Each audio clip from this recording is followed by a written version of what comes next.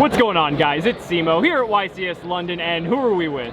You're with Joshua Oosters, that's the correct way to pronounce it. Oosters. And Oosters. What did you do today? I didn't top playing Magical Musketeers. But you were very close. Yeah, I went 9-2. Okay. So I had a topping record. Yes. But there were 40 9-2s. Yeah. And 20 of them made it, 20 of them didn't. I didn't. So I guess I bubbled, sorta.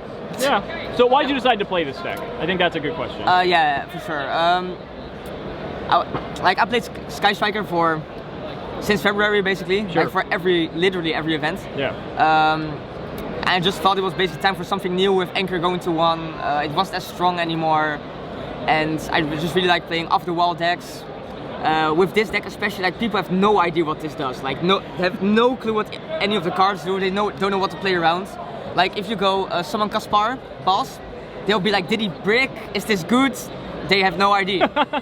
And also all the cards in the meta like Nibiru, Artifact Engine, Lancea, Dweller, it doesn't do anything versus Magical Musketeers. Right. So that's why I thought it would be a good pick going into the event. Yeah, that's it. Alright, see what you got. Yeah, so it's going second build. Play 3 Caspar, it's the best one, it searches any Magical Musketeer card. 3 Starfire, which summons a Magical Musketeer from the deck in first position. Then 3 Kid Brave, these are like the 6 real starters of the deck. And then this is like a pseudo starter because this one discards a Magical Musketeer card to draw 2 cards. So it gets you deeper into the deck, more chance to see these. And then for the non-starter, but still need to play them, are 2 Dock. This one retrieves a card from the graveyard. And then I play 1 Calamity. This one summons 1 from the graveyard in defense position. And it's relevant because it's level 4. Yeah. So that's the Magical Musketeer part of decks, 12. And then I play, for only a hand trap, 3 Phantasme. I didn't really think extra hand traps were necessary because like there's no real crazy combo deck at the moment. Except I guess Pendulum, but like I guess you just take the L game 1, that's fine. And this just fixes your hand because you really want to see the Caspar or the Starfire. So yeah, then for spells, 3 cross dominations like Widow Anchor and reduces the attack and defense to 0. And for the non-Magical Musketeer spells, I played these. They're just really good because they trigger the Magical Musketeer cards and they're just good cards. Then I played triple Super Polymerization, Blind Second. Like I drew it a couple of times against like Sub-Terror and Sky Striker. Like in round 11, I drew 2 of this against Sky Striker. And like if I just drew any live cards, I probably would have won game 1. But I just drew 2 of this, so I didn't. And then like I drew it a bunch of times against Orcus. And it was just insane basically. Like it won me so many games. I wouldn't cut it. Like main deck was fine. And then I play this to play through Crescendo mostly, and just good against backrow decks. You lose to Judgment, so it's good against that as well. It was fine. And I play double Instant Fusion for Townsend Ice from Muddragon. Muddragon can make like himself light and they can't target any of the Magical Musketeers, so you can just trigger all their effects, which is really good. Sure. I'm not sure if I will continue to be playing this though. What would you swap it for? I'm not sure, to be honest. Maybe like something like Impermanence could be nice. Monster Reborn is a very good card. I actually want to play something like that. Sure. It was good though. Like it wasn't terrible, but it wasn't optimal, I think. Spells. Oh no, just kidding. I play this. That's kind of important. Because Musketeer can't finish a game, so they need this. It's really good with Phantasme because like I drew a couple of times and then I also had this and just like shuffle it back and just kill them the next turn, so that's nice. Trap cards. This one pops a card, so it's really good. This one negates activation of spell or trap. This helps you play through Strike and Crescendo. So that's why I decided to play 3. Like I saw so many lists online, just play 1 or 2. But I think Orcus is so popular, it's like you can't risk auto losing when they activate Crescendo on your normal summoned guy. Like that's just terrible. Yeah. So 3 of this was good, I think. And then best card. This is DD Crow for 3 cards. Yeah. Like this is just unimaginably insane. It won me so many games. Like they have like 3 Orcus guys in grave. Like bro, you're not winning anymore. Just scoop. I'm like Dancing Needle. Like get another card for Caspar to trigger next turn. just get a second one of this, bench all the stuff again. Is this one of the reasons why you wanted to play the deck? Or is it Actually, just a bonus? Like, I didn't even know this card existed when I started playing the deck. Oh, okay. I just like, I got myself all the Musketeer cards, and then I was just like, I knew like the other ones were good, and then I saw this, like, this is insane. Like, I have to play this. Yeah. And I started with just one, I was like, no, it's way too good, like, play two. Fair. Like, potentially, like, this could even be a third Dancing Needle, like, it's that good. And then I play one Crook's Crown, which is the newest card, and it summons a musket from hand. It just comes up when you clock with a lot of Magical Musketeers in hand. You go like max, you get this, summon another guy, like... I signed out like a fair amount of times though. Fair.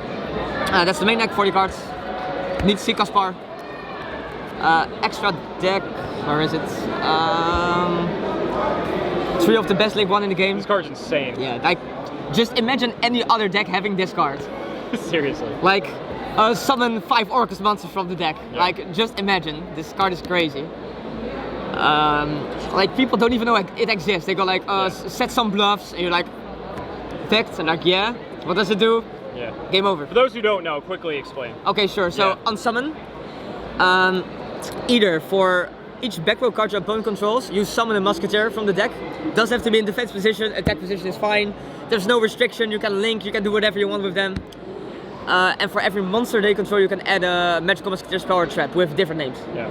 So it's like +4. Yeah, sometimes just like +4, +5. Like, I resolved this for 5. It's like, good game, bro. Yeah. That's why you go second with this deck, I feel. Yeah, like, before the people used to play like Times of Brethren, but now they have just this, so why would you play Ties? Right. Then played this guy, because all the guys are really small, so you can push them with this. It wasn't that good, to be honest. Like, maybe it would have been better just being Lambda or Beat Cop, so you can link away the Super Poly guys. Okay, did this come up? I made it 2 times, and both the times I made, I lost. Oh, okay. Yeah. Then played Link Rebo, so I can go like 1000 Eyes, link it into this, then make max. But that's the only reason to play it. And like going first, it's good because you can go like Instant Fusion, summon the guy, trigger Kaspar, summon this guy, and then they can't beat it over in battle. Yeah. That's a good card. Yeah. And it's really good because you can go like summon 3 guys, then make this. Pop Let's go Link, yeah, that's nice. Play BLS. This was the last card I added. I just needed something generic to link into. And it's really good when you make this with the Super Poly targets. Because it gains the non-targeting effect. Sure. I made it twice, I want to say. One time it was super close, like the guy was on 2800s. And I linked it to this, made it 0 and just attacked per game. Like, I was on like 200 life points or something. It was my only way to win. And then, game. These, already talked about them. Just multiple dark Super Poly targets. Sure. This one's nice because it has a good effect. This, with Super Poly and Kaspar's OTK, because you reduce that guy to 0 from the spell and they attack for game. Yeah. And then more game. How many times did you double kill them? One set like 6 times or something. There was there were a lot of times where just like some of the bunch of guys just like poke and they were like, okay, I'll scoop because there's no way to play through it. So extra deck's 15, and the side deck I played with this. Just generic good card, like what do I ever say? This card is really good because it's so insane against a lot of the decks. And it doesn't conflict with the own engine at all. Like, okay, sure, you can't do duck on the second turn, but it's like, that's whatever. Fine. Yeah. It's also just like when your opponent is smart, they make you go first. And when you just open this going first, you go like that, just activate it, then you do all your stuff, and like they just can't play. So that's really good about this card. Then I also played Triple Debut. I know lots of people just play around it, but like Salad can't really play around it. There's decks like the Blood Dragon BA deck that can't play around it. It's really good against Thunder Dragon, so even though a lot of people are not playing it just because it's in the format and people play around it, I still think it was fine. It was fine. Then I played Triple Impermanence, mostly against the Luna Light deck, or against stuff like Pendulum, like the decks that can actually make crazy fields, which makes it really hard to play through. And Triple Red Reboot. This card's really good with Max, because like they set the extra card because they don't know what your deck does, and then you go like Max, summon 5 guys, it's game over. And then Order was the last card, just against Sky Striker and like decks like Orcus and stuff. It's just good when you go first, go like summon the guys, set this, and then it's just fine. Any final thoughts or shoutouts? So about like the X2 thing, I think it's a bit weird. Like 20 X2 people didn't make top cuts. That's a lot. That's really, like, I feel it just shouldn't happen, to be honest.